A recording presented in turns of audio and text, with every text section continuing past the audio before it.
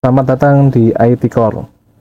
Kali ini kita akan membahas tentang ping dan jitter. Namun sebelum ke sana, saya di sini akan melakukan speed test dari koneksi internet yang saya gunakan.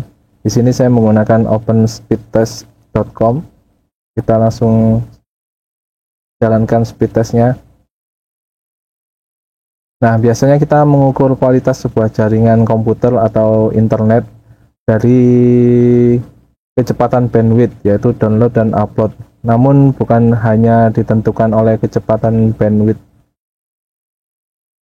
internet yang kita gunakan saja, namun untuk kebutuhan live stream data seperti live streaming atau voice atau video call atau live e-commerce dan lain sebagainya yang itu membutuhkan koneksi internet dan koneksi data yang stabil. Jadi bukan hanya kecepatan atau lebar bandwidth saja, tapi kestabilan dan kualitas dari jaringan tersebut.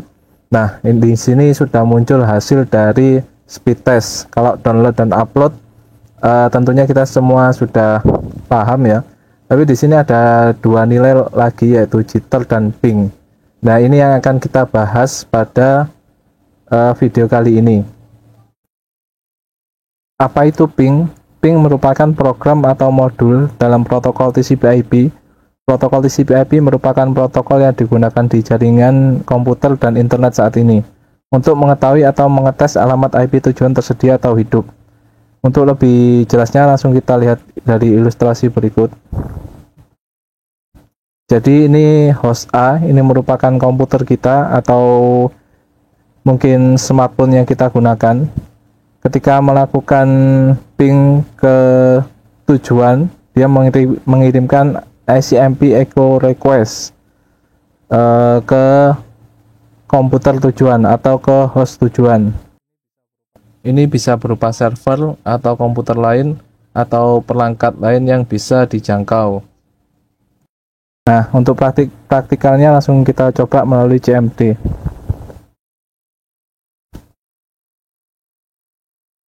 Ini kita coba ping ke Google ya.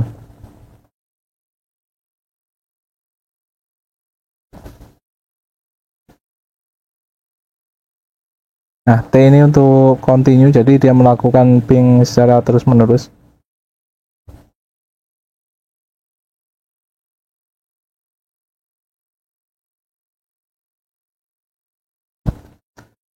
Jadi ketika komputer kita melakukan ping, dia mengirimkan ICMP echo request ke host tujuan. Di sini adalah yang kita tuju adalah google.com.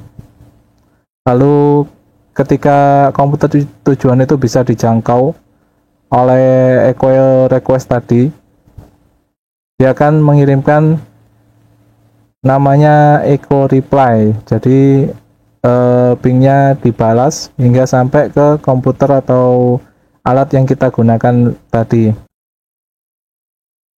Dari ping yang kita lakukan di CMD tadi, ini terdapat output seperti ini. Ada beberapa informasi. Ini yang pertama, reply from IP address ini 64 sekian-sekian. Ini merupakan IP address dari google.com. Ini didapat dari DNS yang kita pakai. Untuk bytes ini adalah besarnya data yang dikirim dari ping tadi, yaitu ICMP echo request tadi menggunakan 32 bytes data. Ini juga bisa bermacam-macam ya, bisa dikonfig untuk mengirimkan bytesnya berapa ya. Tapi pada defaultnya ini 32. Nah, selanjutnya informasi yang ditampilkan adalah TTL. TTL itu adalah kepanjangan dari time to live. Ini berupa besaran angka, kalau yang di sini adalah 105. Ini merupakan adalah batas maksimal ICMP echo request ini bisa melewati berapa router atau berapa hop. Kalau yang di sini ditentukan 105, berarti ICMP echo request ini maksimal bisa melewati 105 router atau 105 hop. Jadi kalau lebih dari itu, maka paketnya dinyatakan lost atau hilang, atau nanti informasinya muncul request timeout seperti itu. Biasanya yang terpenting yang dilihat adalah waktu ping tersebut atau waktu delay. Ini di sini seperti ini ya. Jadi ini ada rata-rata 33-34 milidetik. Itu merupakan waktu yang dibutuhkan dari komputer kita ke host tujuan atau ke server tujuan sampai kembali ke komputer kita. Nah, semakin kecil nilai ping ini, maka semakin bagus kualitas jaringan yang digunakan. Ini artinya nih dari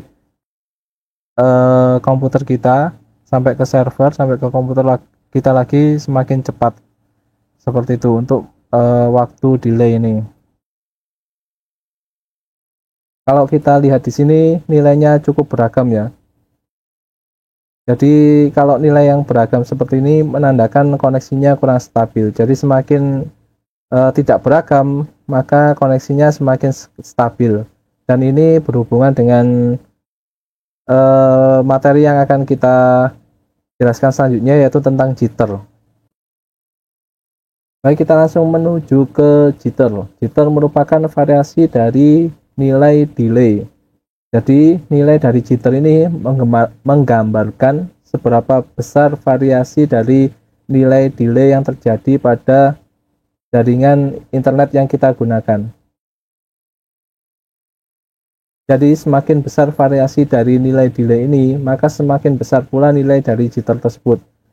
Jadi kalau nilai dari yang ada di speed test tadi, nilai jitternya besar, itu menggambarkan bahwa koneksinya kurang stabil. Semakin kecil jitter, maka koneksinya semakin bagus dan semakin stabil. Jadi saya ulangi lagi ya, untuk variasi dari nilai waktu delay ini semakin besar atau semakin beragam nilai yang ada di sini, ini kan berubah-ubah nilainya. Jadi semakin banyak ragam atau variasi nilai delay, maka nilai jitternya semakin besar. Nah, semakin besar nilai jitter ini menggambarkan bahwa jaringan tersebut kurang stabil.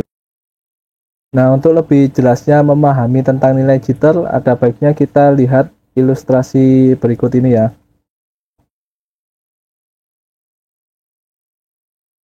Jadi ini adalah ilustrasi dari terjadinya jitter. Ini kita anggap saja yang merah-merah ini adalah paket ping yang dikirimkan dari komputer A ke komputer B misalnya. Jadi nilai X ini adalah nilai delay. Jadi semakin stabil, nilai delaynya itu juga hampir sama dari setiap paket yang dikirimkan. Nah, semakin tidak stabil, ini nilai delaynya beragam. Ini ada yang lebih kecil, ada yang agak kecil, ada yang besar sekali. Jadi semakin beragam tadi nilai delaynya, maka jitternya semakin besar. Dan efeknya apa? Ini akan terasa ketika kita menggunakan aplikasi yang itu membutuhkan data yang real time, seperti live streaming atau VoIP, seperti ini, seperti VoIP atau yang lainnya. Jadi pada intinya yang menggunakan data secara real time, itu akan terasa seperti nge-lag atau nyendat seperti itu. Nah, yang selanjutnya ini untuk menghitung waktu jitter ya, seperti ini. Jadi seperti yang saya jelaskan sebelumnya, bahwasanya jitter ini adalah variasi dari nilai delay. Untuk rumusnya seperti ini. Kalau misalnya kita aplikasikan secara langsung, kita hitung dari waktu ini, contoh waktu ping yang saya lakukan. Ini terdapat waktu delay, ini ping 4 kali, waktu delaynya semacam ini. Nah, kalau kita masukkan ke rumus ini ya, yang pertama untuk D yang ada garisnya, ini merupakan rata-rata dari nilai delay, yaitu 35 milidetik. Untuk D ke I, ini adalah waktu delay ke I. Ini adalah seperti ini, 35, 38, 35, 34.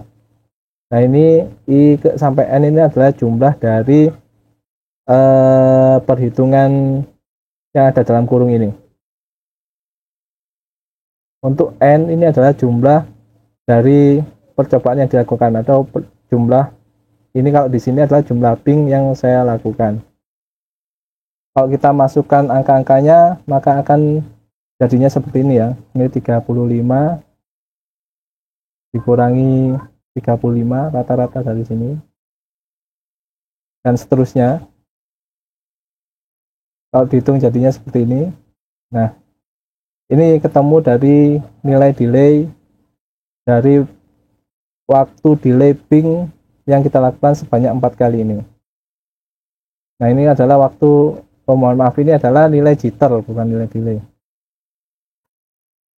Nah, kalau misalnya ada yang tanya penyebab nilai jitter itu tinggi apa gitu. Nah, sebabnya beragam ya. Bisa jadi kualitas dari provider internet itu memang yang kurang, atau perangkat kita yang menyebabkan jitternya besar, seperti perangkatnya sudah termakan usia, atau terlalu panas, atau sinyal wifi-nya terganggu dan lain sebagainya. Itu juga menyebabkan nilai dari jitternya tinggi.